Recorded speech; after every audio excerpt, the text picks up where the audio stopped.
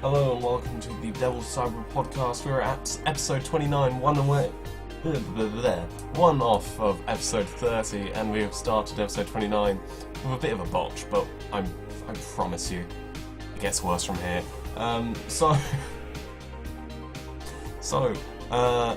It's been a fun week. I say fun, Money in the Bank happens, so you get what you get, really. But we'll be kicking into wrestling and all the other stuff we normally do after the usual personal things that has happened. So, without further ado, if I could speak, let's kick into that shit. So, what has been happening in the lovely world of Devil? Well, last time I talked to you, it was a Wednesday, my dudes. Jesus. And since then, Father's Day happened, I guess I could say. Father's Day happened, spent Father's Day quite well, went to a Belgian cafe / restaurant in my home city. Really fucking nice. Had halloumi chips, a 10-ounce sirloin steak and triple cooked chips. Yes, I do allow you to just go off to the kitchen and quickly make yourself something, because that's just made me hungry as well. Oh, Jesus. I've also been to another restaurant where I had, I literally have the worst memory of. Oh, I had ribs, of course. I had ribs there. Yeah, they were fucking amazing ribs as well. But it's basically It's basically just been eating and relaxing, really. To be fair, that's most what I do when I have nothing to do, really. I've been playing video games, hanging out with people, watching World Cup, of course. England of 3 points. We're doing well, way. Not much has really happened. Just feel like I've rushed through all that. I'm probably going to talk about more things, in honesty. Did I see... I'm trying to think if I saw Angel recently. Did I see it? Oh yeah, I did, yes. Of course. So, on the Thursday, when the last podcast was released, I spent the day with her. It was really nice. Went down to the beach, went to CZ. Just really, really nice day overall. Really nice day. It's nice seeing her, like, properly, like, for a whole, like, staying over and all that. Just because I've been at university, she's been in the home city, so it's been very hard to synchronize our timelines together. Spent a lot of time with her, and it was really, really nice, and I'm seeing her tomorrow. It's becoming a Thursday, Friday thing, I feel, so who knows. But with that over and done with, let's go to wrestling. And in honesty, if I was being the sassy person that I like to be, I wouldn't cover this at all. But it's a pay-per-view, so I kind of have to, which is annoying. So, Money in the Bank 2018. You've got to have high hopes for a Dodo pay-per-view, because then, and only then, you can have it crushed. So, what happened? So, on the pre-show, the Bludgeon Brothers defended their SmackDown Tag Team Championships against the Club in a fairly average pre-show match. It's the quality you expect from the pre-show. Fairly good. Carl Anderson looking like a star out of it. Hopefully a lot can come from that soon. In the first match, Daniel Bryan defeating Big Cass by submission. Daniel Bryan beating Big Cass so hard he got released now due to I think attitude problems, Havoc and all that, and beating up a midget, of course. So this was actually the match of the night for me. It was given a lot more time than I thought it would. 16 minutes and 19 seconds. But yeah, it was a good thing. Daniel Bryan trying to cut down Big Cass. Big Cass being quite slow because he's like, oh yeah, I'm good big guy, I can beat this small guy and all that stuff. I thought it was a good match, but then of course clouded by controversy because Big Cass was just released. So yeah. Bobby Lashley defeated Sami Zayn in a 6-minute 35 squash match, really. Oh, Sami. What have they done to you? Apparently Sami Zayn was injured and he's been working through the injury, but now he's going to take some time off. Damn, Sami Zayn used to be my number one. Nice. Oh, oof. Seth Rollins defended his Intercontinental Championship against Elias. A fairly good match. Put Elias in a bit of a spotlight in a singles match. However, it would be the Raw next night that the Intercontinental Championship actually changes hands when Dolph Ziggler, of all people, gets a roll-up victory over Seth Rollins in an open challenge and becomes the IC champion. Yes, Dolph Ziggler is IC champion. If you can't hear that, that's me sipping water because, Jesus Christ, why did that happen? It's an odd choice, but maybe Dolph Ziggler can do something well with the Intercontinental Championship. He has proven time and time again that if he is given the opportunities, he can work well. But yeah. The Money in the Bank match for the Women's Championship contract. Alexa Bliss on top. I didn't see the ending because, in honesty, I didn't want to really look at it because I kind of got bored after a while. Becky Lynch was really close to winning it, but because of Alexa Bliss's poor timing, Alexa Bliss shouldn't have. She's at the level where she could just go straight into the title scene. She doesn't need the Money in the Bank contract to further herself. People like Becky Lynch, Ember Moon, Lana, Naomi, Natalya, even fucking Sasha Banks needs it. People like Alexa Bliss and Charlotte Flair, who Alexa Bliss is just dominant. Charlotte Flair beat Asuka. They shouldn't, fine, Charlotte Flair lost, that's good. But Alexa Bliss shouldn't be winning it. And, of course, there's something else that happens later. So, yeah. Roman Reigns defeated Jinder Mahal in a singles match. A lot of chants happened. It was a fairly average match, but the crowd just weren't into it at all. It's kind of sad. They should give it a chance, but you know. Next up, Carmella defeated Asuka to retain the SmackDown Women's Championship in a move I like to call the Ellsworth wink. You put a chinless guy on the apron, get him to take off his mask, and wink at the person, and somehow it just makes the other person scream. It's a very, very good tactic, I must say. But Carmella hit her with a super kick to end the match. And yeah, James Ellsworth's back. Oh, Jesus, okay. In the last man standing match for the WWE Championship, maybe the best AJ Styles vs Shinsuke Nakamura match so far. AJ Styles defended the WWE Championship against Shinsuke Nakamura. Fairly good match. Nakamura not getting the win like a lot of people thought he would. Like, finally, it was Nakamura's time and all that. But yeah, I think a good match overall. They really went to town with the last man standing using outside weapons and all that. Really, really good.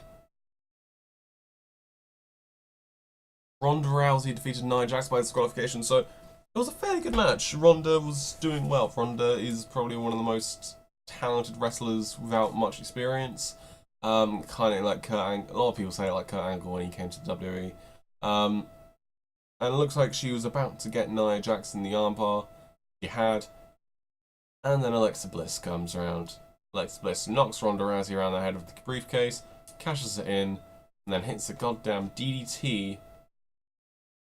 He hits a DDT on Nia Jax, and then she goes to Twisted Bliss, and then Alexa Bliss is fucking Raw Women's Champion.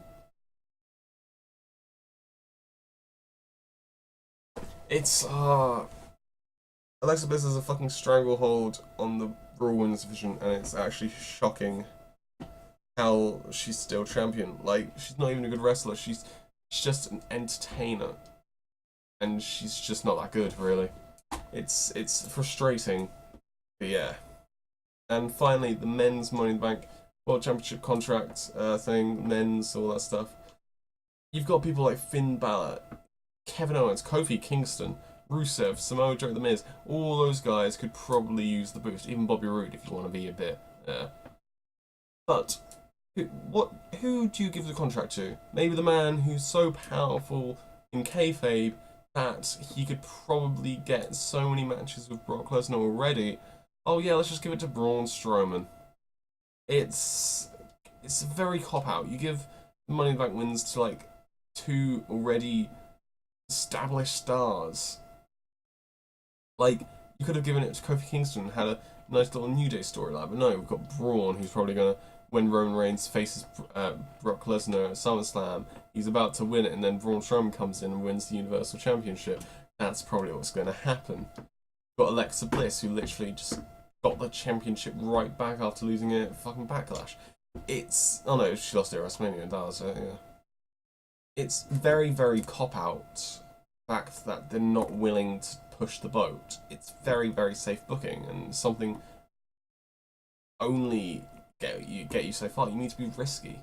You need to take risks and go for people. You could have gone Rusev win it, and then what day is he going to cash in? Rusev Day and all that stuff, or something like that. Like, you could literally make the day he cashes in Rusev Day and all that. But yeah, it's kind of frustrating. Raw and SmackDown happened. Not much really happened. Alexa Bliss went for a table because of Ronda Rousey, and Ronda Rousey is now 30 days suspended. There was a 5-man gauntlet match, which Rusev won. Now he's the number 1 contender to the WWE Championship. It's going to be a multi-man match, Extreme Rules, for the number 1 contendership to Universal Championship. There's a lot of shit happening. And it's weird that they've set up all these matches that actually sound good. They're even setting up a Shinsuke Nakamura versus Jeff Hardy feud. And setting all this up, and it sounds better than the build-up to Money in the Bank, in honesty. So Extreme Rules might be really good, especially because it's got the whole Extreme thing. Probably going to see some Extreme Rules matches on No DQ if you're that way inclined. So yeah, that's wrestling this week. Okay. So let's just get away from that. Probably the best thing to do, get away from all of it. So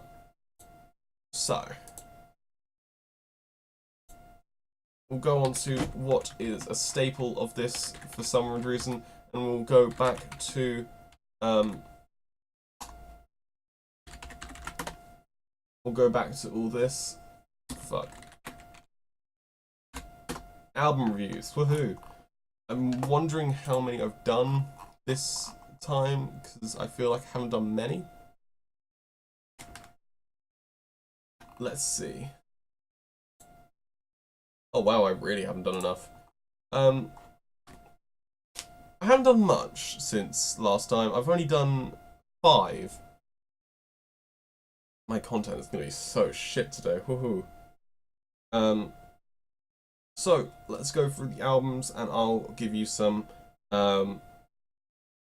recommendations on what I think. So first up, the first thing I had to review this week was Songs of Innocence by U2. So of course I had 2 days of Kira, which I couldn't, Angel, that I couldn't really, lots of people know about Kira at this point, that I couldn't really do any reviews by, so I had to do it on Saturday and all that. In honesty, with the U2 album, I was expecting worse. The other album, the Joshua Tree, that I reviewed, it just kind of instilled a fear, like, U2 just aren't that good. And it did hold me off reviewing this, because, like, the last time I reviewed an album was Monday, and it went all the way to Saturday, so that's probably why. Oof. I've listened to it though, and it is a whole lot better. The singing's good, the music's good, and it is kept to a good length as well, and it's a fairly good album overall.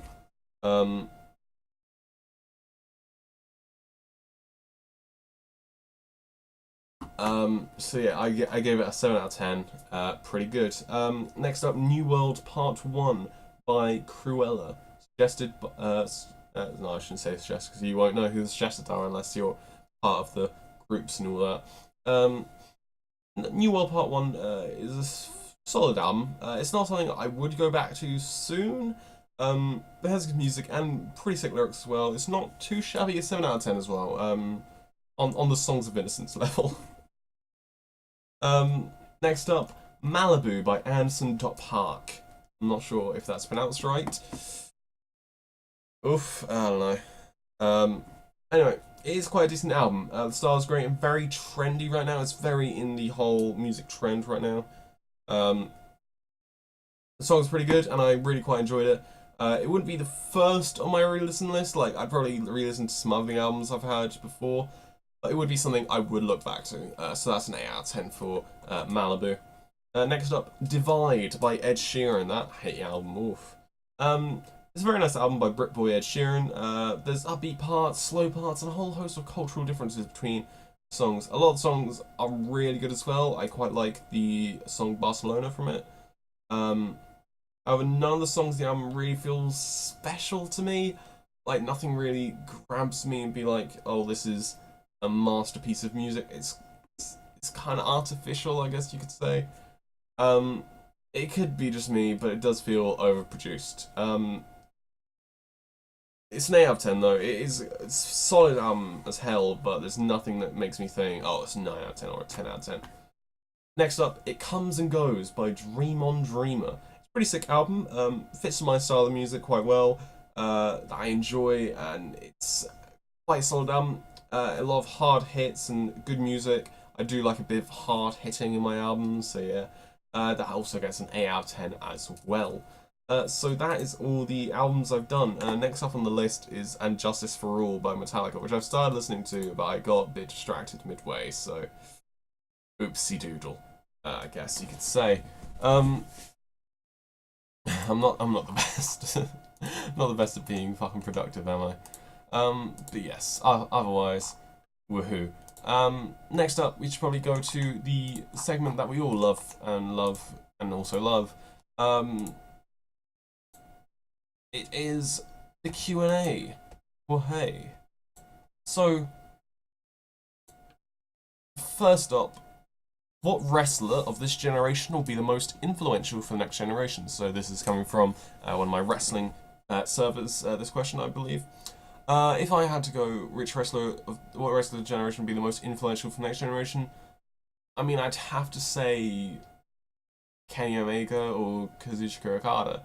It is very, very cliche answer. It is, but I mean, if you look at those two, they've put on matches that have literally shook the wrestling world to its core and kind of changed everything up. I mean, the charisma of Omega, the way Okada handles himself as champion, they're things that a lot of people should look up to and be like, you know what, that is what wrestling should be. Like, it is just traditional wrestling mixed with the modernness, and it is perfect. I think Omega and Okada will be influences for a long time, especially that because Flair was influential, Michaels was influential. They put on great matches. Omega and Okada no different. What's your favourite Eric Andre show moment? I don't really watch the Eric Andre show often. I mean, I do know a lot of the memes through it, especially the one with the shooting person. That's a good meme. That's a very good meme. But I recently watched a clip where a certain actress is on. I think she was in Jessica Jones, but I'm not sure. But it's kind of a very, very odd segment. There's little like moles coming out of Eric's desk, and he's got a little hammer for it, and he shows Two Girls, One Cup, and it's just very, very...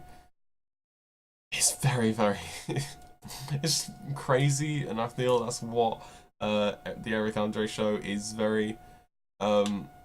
It is just supposed to be crazy, so yeah. Do you think this year's Money in the Bank winners are worth it? And if not, who would you rather have the cases? So I've already touched on this. No, they're not worth it. They're already established. You don't give an already established star the Money in the Bank contract. It's simple. You give them the contract to give a bit of a, oh, so they're building this person. Just giving it to this is like, oh, okay, so they're just using it for a storyline. That's fair. God, I need to drink so much water today. Oh, God, okay.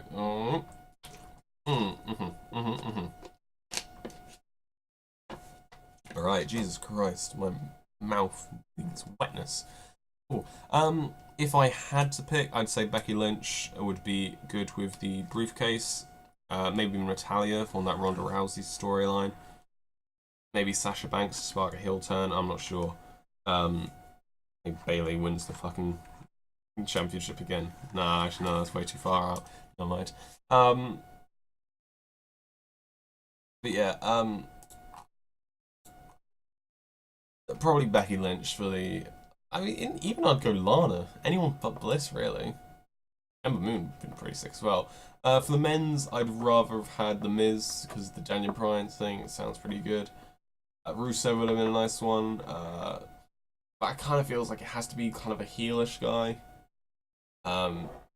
So The Miz would have been great for it. Samoa Joe would have been like an intimidating figure as Money in the Bank holder. So yeah, a lot of what ifs, I guess there is, but the ones they picked were just not good. Do you only answer real questions? In honesty, have you listened to this podcast before? Let me just scroll down to see. Can the word yeet be unbanned? Thanks. Was Benoit innocent? Let's see. What is the best band of all time? Why is it ABBA? But his Biggity Boy's a Diggity Dog. I answer all questions, really. It's what makes this Q&A quite unique. It just adds a bit of a uniquity, a bit of absurdity to it. For example, the next question: why do you love me? You can't ask more, really, can you? You know what? I love you because you listen to this podcast.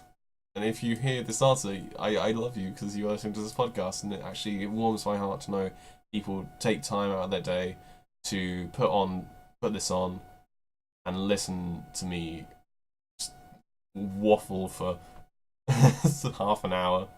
It's a very choice thing you're doing. Sure, there's more productive things you're doing, but I do thank you quite a lot for actually listening to this podcast while instead of other podcasts, I guess. Well, you've probably listened to other podcasts, but take your time out listening to this one is a blessing. Next question. With WWE's gradually growing roster, is it really still necessary to have a top guy around, or should they focus more on creating good stories? So I think you're referring to more of the Roman Reigns project and all that stuff. I do feel there always has to be a top guy. If there's no top guy, then what is the standard people should be reaching for? You got Cena back in the day, who was winning everything, got championships, and he was the pallbearer for, not the pallbearer, but the pallbearer for like success. Without Cena, you just had people floating around, not really having any aim. Cena, as a top guy, went like, okay, if you want to be big, you got to win fucking championships like me. And nowadays, you've got top guy who's very much looks like he's just being given things instead of working. I mean, he's whining about not being given chances and all that. Whereas Cena would probably have gone like, now you know what, I'm making my own chance. I'm going to challenge the next WWE champion on the same night he wins it, you know? That's Cena. Roman whines about his booking. Cena makes his booking. There's a difference between the top guys, so I think it's more recency bias about the current top guy being quite shit. But I do think there has to be a top guy, or else there's no level to aim for.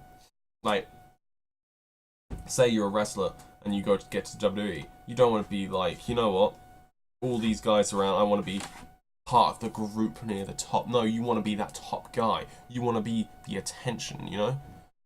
It is good to have a top guy because it helps elicit people to work harder. You can't just have groups of people. Focus on more creating good stories, yes. You have to have both. You have to have top guy and you have to have good stories. Because WWE lacking both right now. And the last Q&A question I have is we're at 24 minutes and we're already at the last one. I might have to think of a fucking segment off the spot. Oof. What's the best letter? What's the best letter? It says. I mean, I do like the D. That's a joke. Never mind. Fuck. Fucking hell. What's the best letter? I guess an A. Yeah, A, because that's like the one which makes you the happiest, really, isn't it? Like, if you hear an F, you're just like, oh god. If you hear an A, like, yeah, so I'd say A is probably the best letter, because it elicits the best emotional response. Oh god, what am I even saying? I'm boring as hell. Oof. Yeah. That's the Q&A. Oh, fuck. Oh no. I was just fucking... Last one we got, can you guys convince Nath to unban Yeet? It's not a shitpost as he says, but he's a fool. Heart. I don't know why he's like, can you guys? Like, it's just me. It is literally just me. I mean, I could probably, Nath doesn't listen to this. I know Nath doesn't listen to this podcast. But I'll maybe drop a little note in the staff chat saying like, hey, he isn't shitposting. Allow it, you know? But yeah. That is all of that done, and we're at 25.5 minutes, so we got 4.5 minutes to waffle and think of a segment. So, you know what? I'm going to play the higher or lower game. So, if you've never heard of the higher or lower game, it's basically where you have two different Google search terms, and it shows for one of them how many average monthly searches is, but the other it doesn't, and you have to guess whether the second term is higher or lower searches than the first. So, for example, what I have right now is ABBA. So ABBA has 673,000 average monthly searches. Pretty big. But is cocaine higher or lower? Now, you can play along at home if you want, but in honesty, I can't hear you. So, for example, I think cocaine would be higher than ABBA because, of course, people search for it and people look for all that stuff. So I'd say cocaine is higher. Oh, it's lower. Ah, shit. So the trial run of it, explaining it, didn't go so well. Hopefully the next one goes better. So Chicago Blackhawks, 550,000 average monthly searches, famous hockey team. But is DMT higher? I've never heard of DMT, so I'm going to go lower.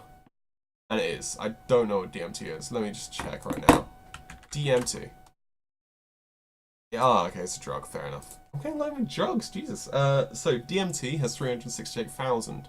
American Express, is it higher or lower? I'm gonna say higher because I'm gonna say higher just because it's a company. Companies get searched a lot, and it is 6,120,000 from that. Is the Glass Castle? I mean, the Glass Castle is gonna be lower than American Express. 450k. I've never heard of it. Wow. Handball or the Glass Castles?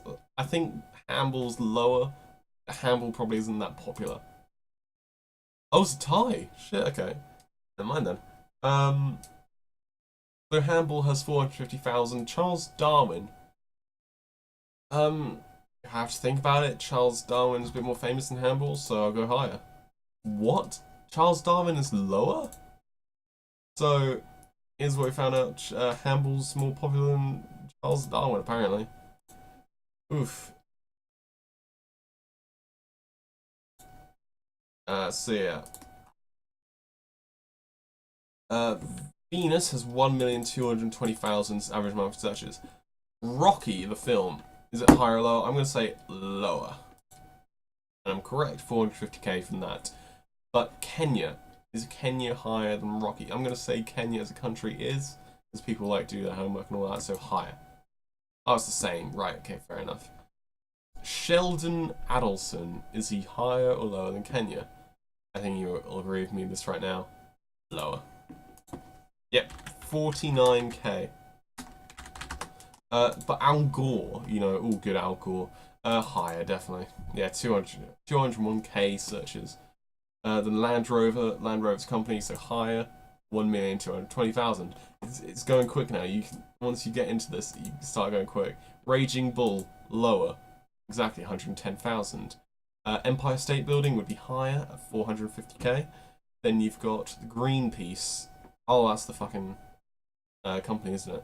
I'm gonna go lower. And I was correct, 301k. So Greenpeace or Street Fighter 5.